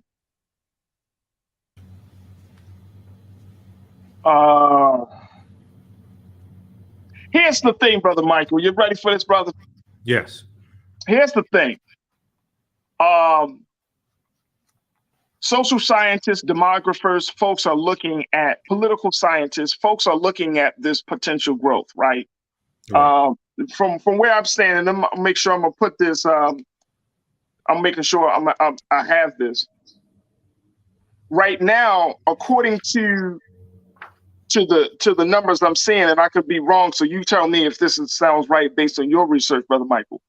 The world's population back in 2021 was 7.8 billion people, right? 7.8 billion people.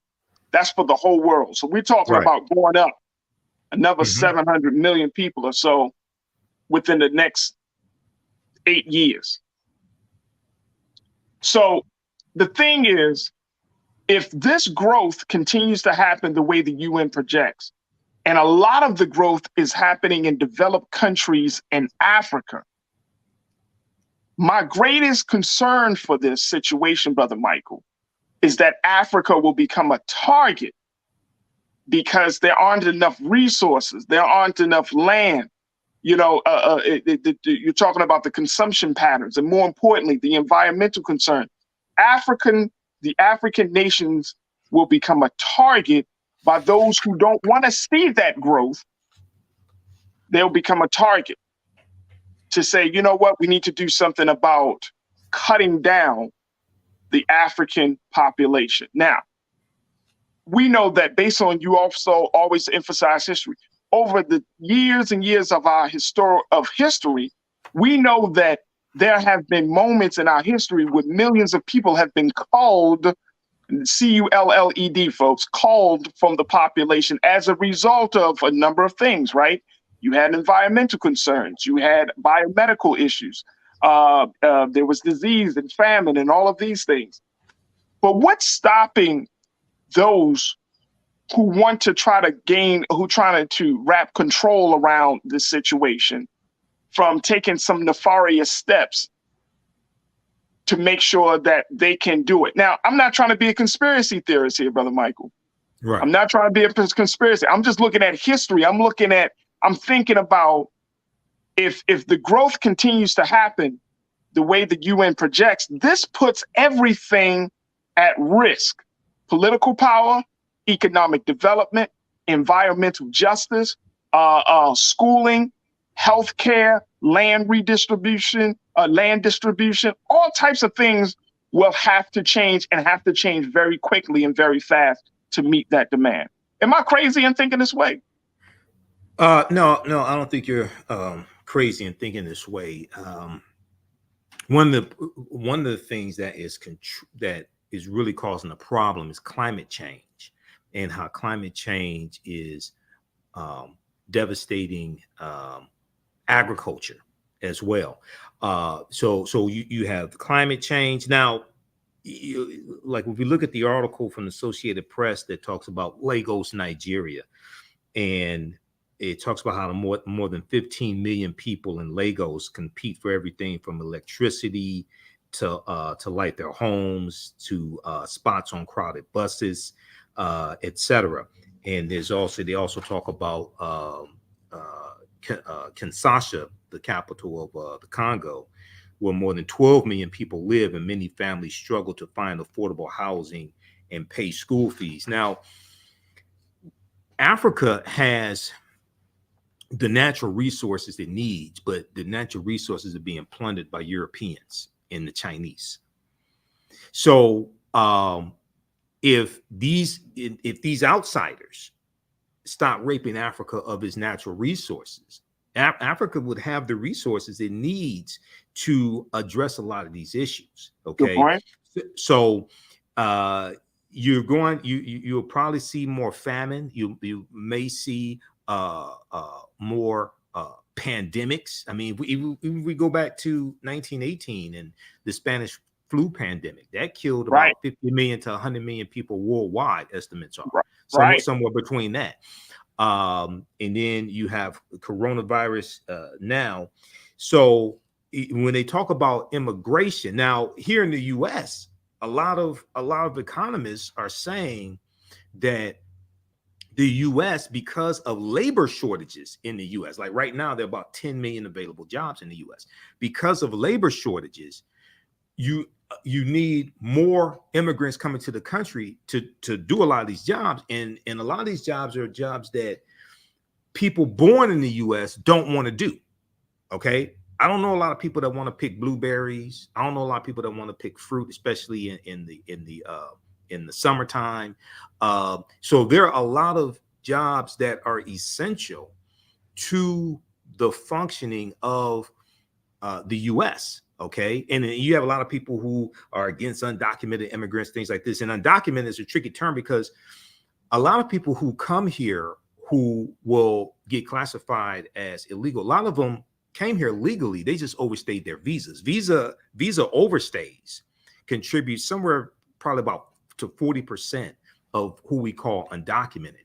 But one of the things I tell people is that if you're against quote unquote undocumented immigrants, I would encourage you, don't eat food that you did not grow yourself, because most likely somebody who was undocumented was involved in getting that food to your mouth. Yep. And so what do we make of how can we make sense of this? And I love what my brother, You Don't Like My Music, put out. He said, humanity isn't another metric to be controlled. Now, I ideally I would agree. But because of the system of things, and You Don't Like My Music, I love that point. But you and I, Brother Michael, we all know that humanity is controlled. Humanity is a metric that is being controlled. I mean, that's how government works, right? We take a census here in the country every 10 years. Actually, the census is done more often than that. But I'm saying the big census is done every 10 years. 10 years, right. Right? We take the census, so that way there is a count. And it's simply a count, folks. I don't want you to push back, but no, I don't want nobody to. They just counting your ass. They're counting because they have to know where to allocate resources. Right. And that's just the point I was getting to. Like, that's the part. But the bigger part is, this is how government, so especially here in the United States, determine where they're going to, where are the pockets of power, where the resources going to go. You know what I mean? This is how they're looking at. And when we're looking at the big picture, Brother Michael, when you're looking at, okay, whoever is in government, they have to have a vision and a heart to be able to serve the people. Otherwise, this information can be weaponized.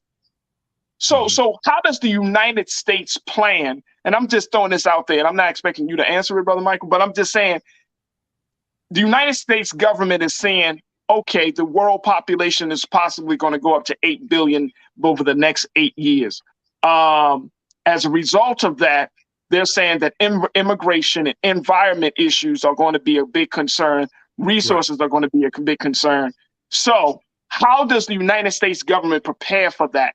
That's going to be the one of the big conversation pieces over the next 8 years. Yeah, you're going to need real immigration reform, which Congress has not taken up.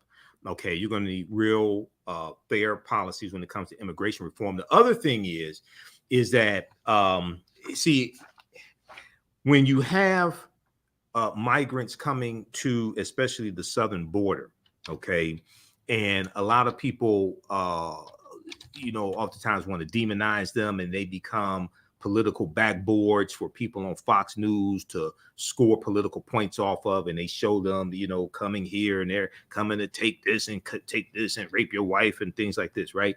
A lot of them are fleeing conditions in their home countries that the U.S. government had a hand in crafting.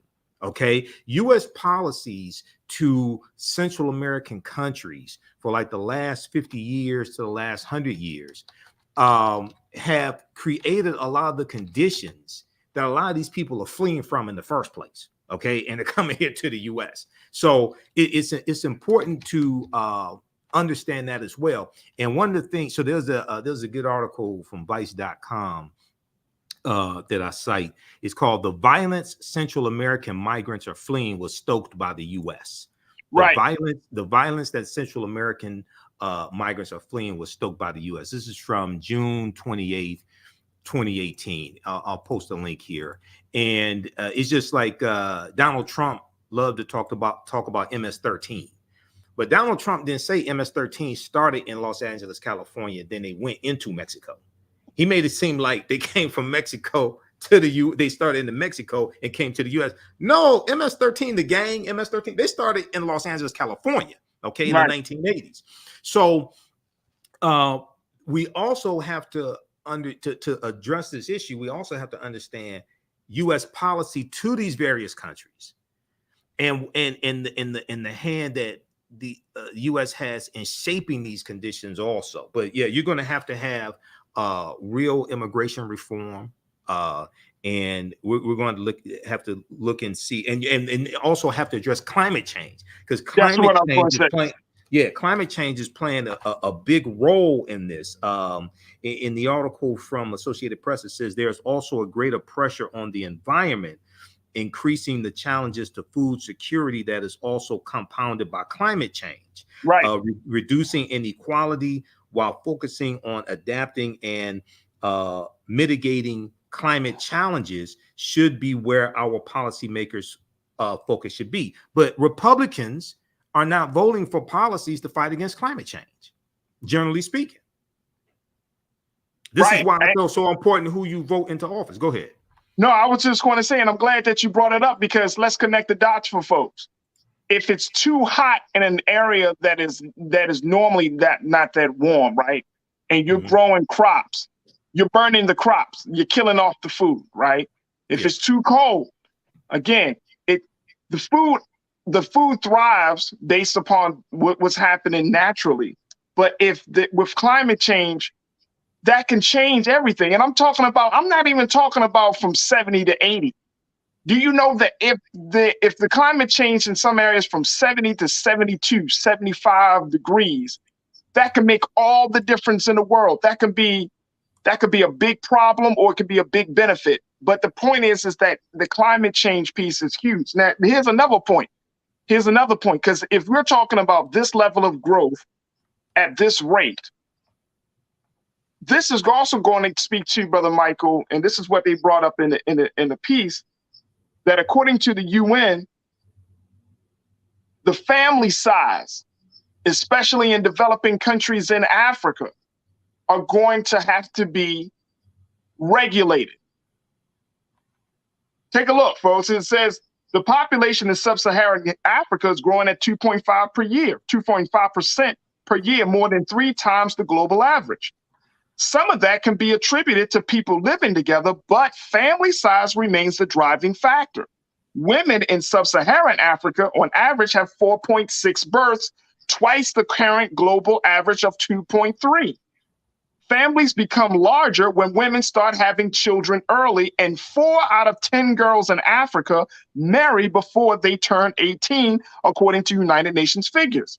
The rate of teen pregnancy on the continent is the highest in the world. About half of the children born last year to mothers under 20 worldwide were in sub-Saharan Africa. Still, any efforts to reduce family size now will come too late to significantly slow the 2050 growth projections. The UN said about 2/3 of it will be driven by the momentum of past growth. So now look at this. If the family is growing so big because young girls are having women and younger women are having children at younger ages, this opens the door. Here's my concern again, for nefarious purposes. This opens the door for contraceptions, right? That may be experimental. This opens the door for what we continue to read about, Brother Michael, in some of these developing countries where they are literally violating the bodies of women, right? The sexual organs of women, right? Because why? If the young women are getting children too fast and these families are expanding too much, then there aren't resources to support all these babies.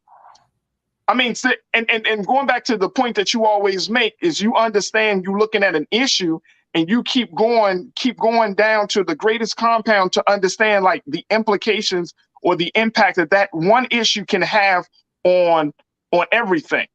So now it's going to have to be a situation where we're going to have to start legislating girls' choice to even have sex, to give birth, to get married, and to start a family. There may be some regulation in that.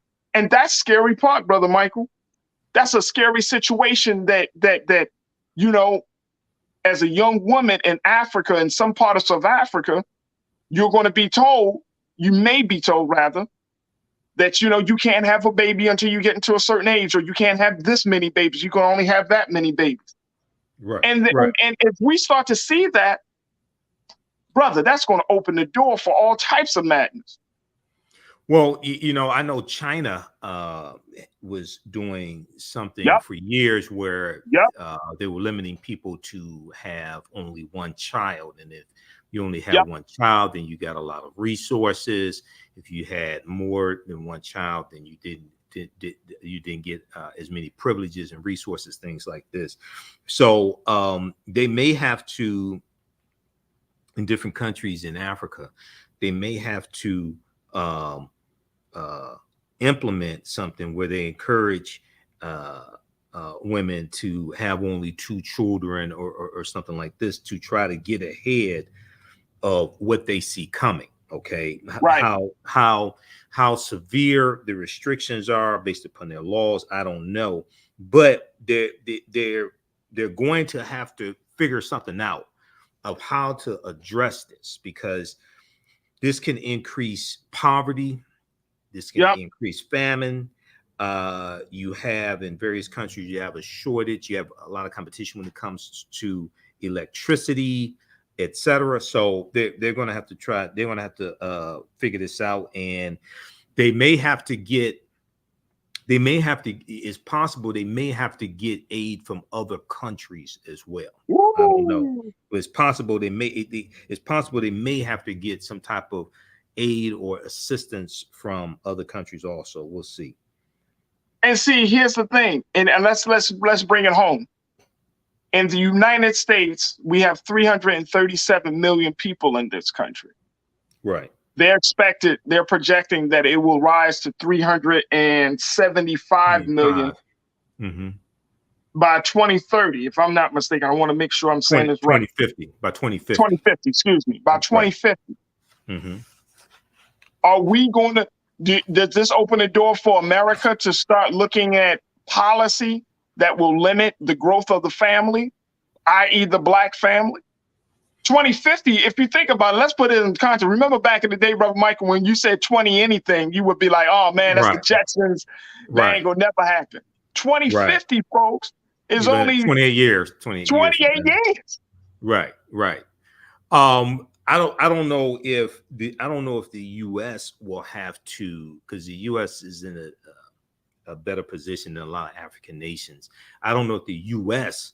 will have to put in place limitations on how many children you can have. I doubt if it gets to that, but one of the biggest, one of the most urgent issues that the U.S. has to address is dealing with climate change, okay, and addressing the effects of climate change, which the Inflation Reduction Act will begin to do. But you're going to need more than just what's in the Inflation Reduction Act, okay? Yeah. And one of the biggest problems is that, generally speaking, Republicans are not voting for and not focused on passing legislation at the federal level that addresses climate change, okay? Which is another reason why we have to vote those people out of office, because you can't get the proper bills passed when you have obstructionists like that in office. Oh, absolutely. And you know, I keep thinking of Handmaid's Tale, brother. Yeah. I keep thinking of you know what I'm saying? Like I keep thinking in a cult. It's like a cult, right, like a Jenny Thomas dystopian was reality. Right. You know what I'm saying? Like and you know, when we hear President Biden talking about the soul of America, when you hear him talking about protecting certain freedoms, and I get it, because what we've seen, not just with the January 6th thing, but just in the overall sentiment of the American people, and particularly coming, and look, y'all can say whatever about the Democrats, but they ain't talking about destroying the government like the Republicans are. Let's just keep it at real, all right? Absolutely. And so when you're talking about that level of anarchy, that level of chaos and disorder, that level of boldness to be able to say, you know what, we don't need certain laws in place. We don't need certain boundaries and all of those things, right? And you have over 330 million people in this country that rely heavily, are dependent upon the operations, the order and regulations of the United States government.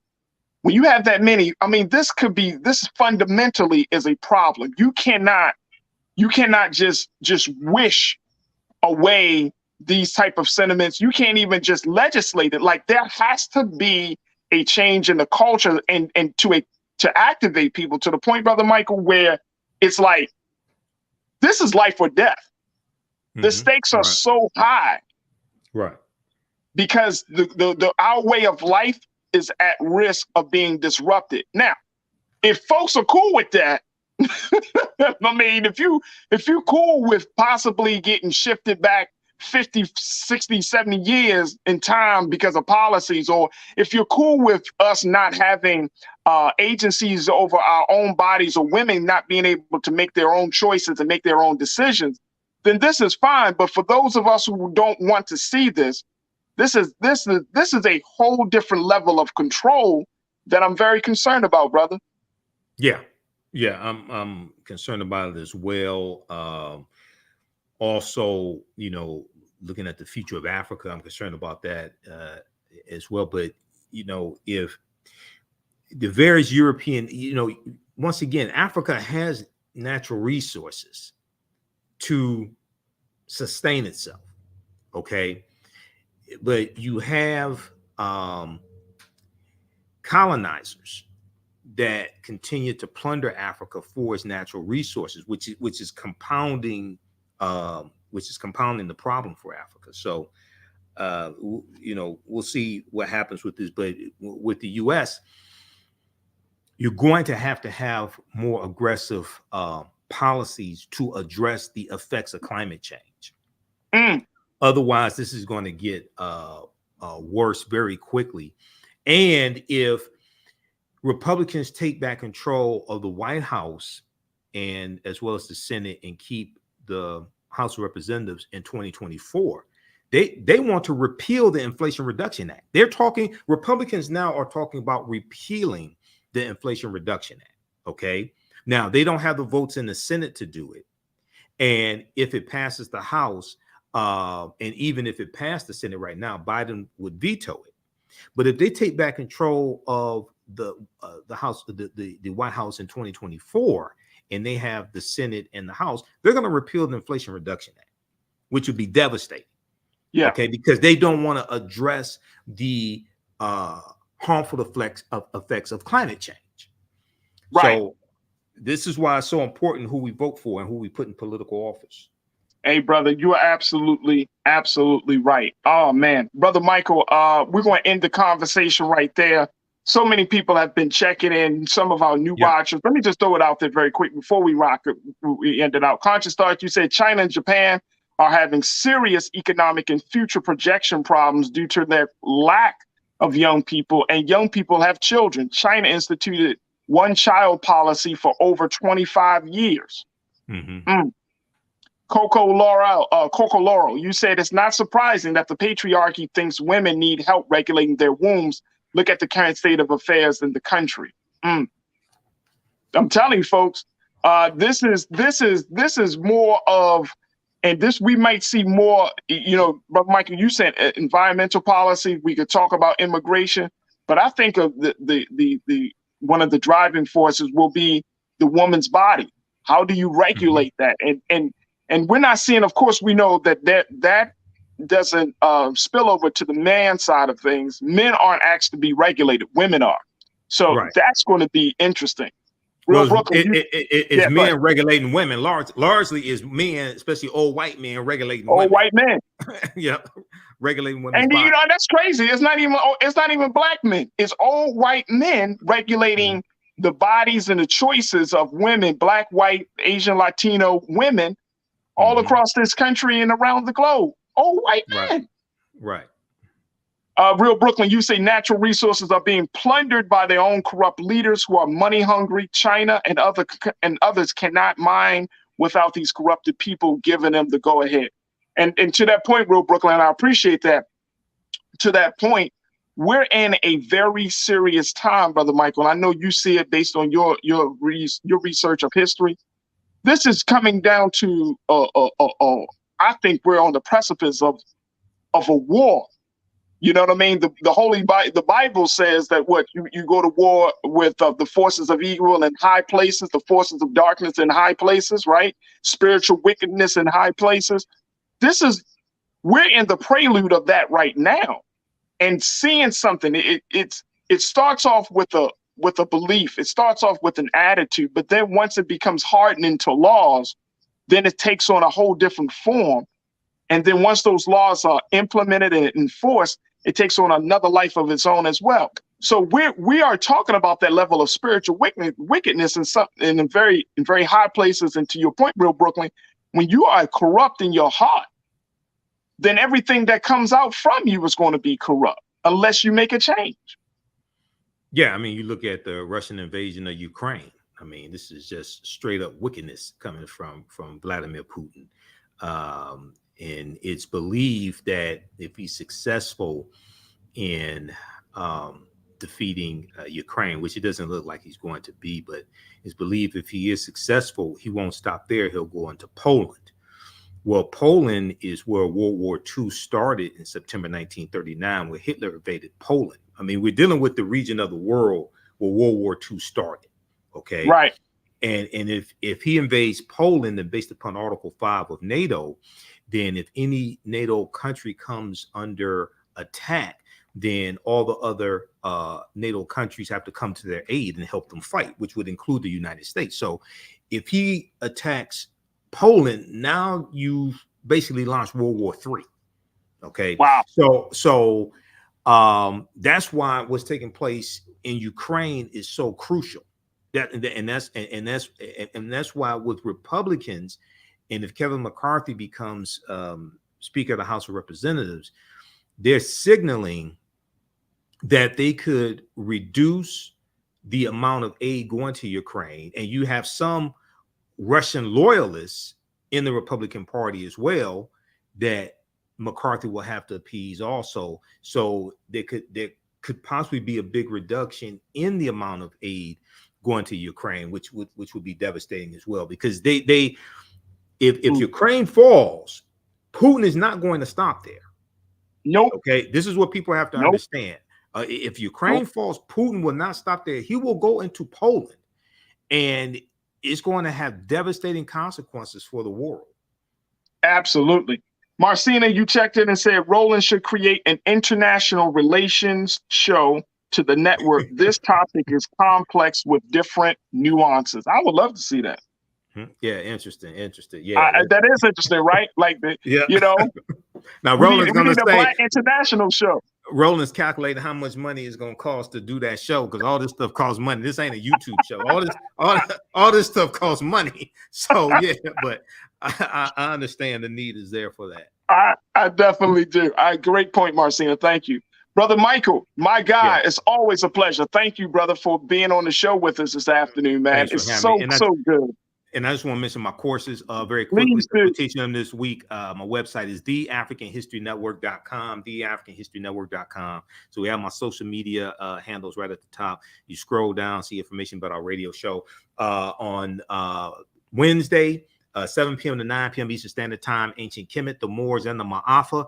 Understanding the transatlantic slave trade, what they didn't teach you in school. We do thousands of years of history, what leads up to the transatlantic slave trade taking place.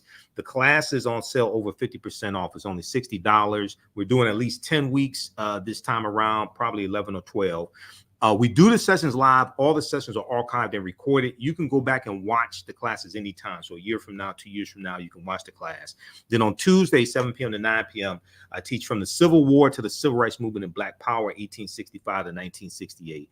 And we look at history from the year 1800, and we look at the Louisiana Purchase and the Haitian Revolution from the year 1800 through 1968. Civil War, Reconstruction, World War I, World War II, Civil Rights Movement, Black Power Movement, Great Migration. Okay, to understand the laws and policies put in place after slavery ends, and what brought us to where we are today, to understand where we need to go from here. And we have a bundle pack. These make great gifts as well. Black Friday's coming up, Small Business Saturday. These make great gifts also. We have a bundle pack. You get both classes for $100. That's over a $300 value. You can email me through the website or email me at ahnshow@theafricanhistorynetwork.com, ahnshow@theafricanhistorynetwork.com. You can also call us 313-462-0003. These are some of my DVD lectures, and we have lectures on digital download as well. 313-462-0003.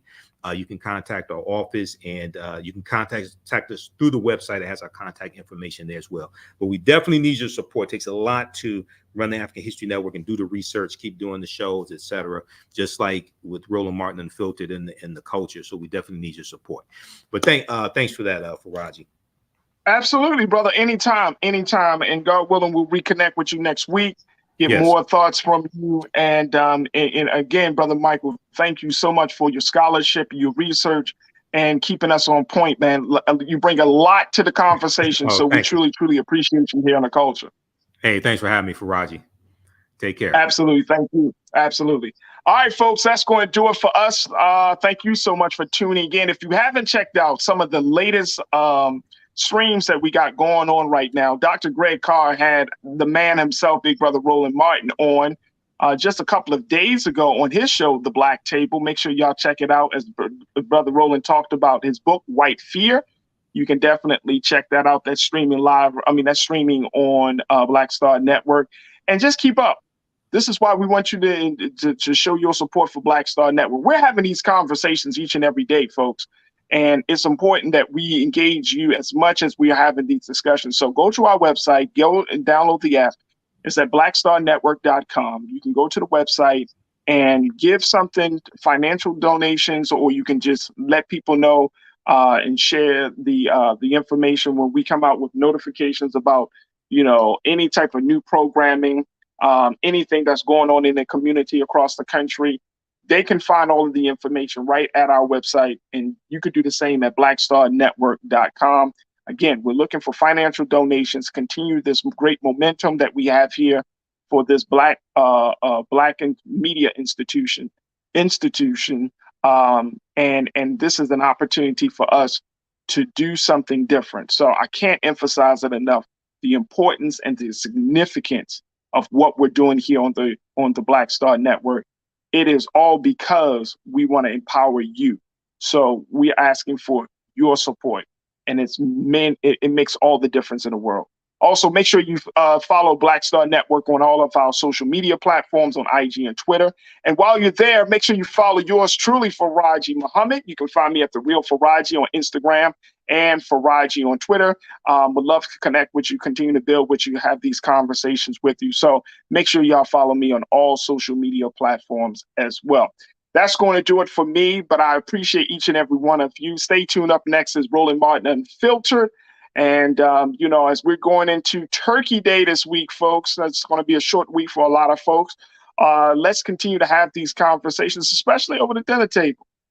Oh, I learned something from the culture on the other day, and they talked about this. They talked about that. Be some good conversation. So definitely get prepared for this week. But we'll continue to bring you some great conversations tomorrow, and on Wednesday, I got some more dynamic contributors and guests that will be joining us. So you don't want to miss one day of the culture. As always, never be afraid to challenge what's wrong, stand for what's right while being yourself in the process. God willing, we'll talk tomorrow. Thank you to my team, King Keenan, Ariel, Joel, and my control room. Thank you. And most importantly, thank you for tuning in to the culture right here on the Black Star Network. Have a great afternoon and evening, and talk to you soon. Peace.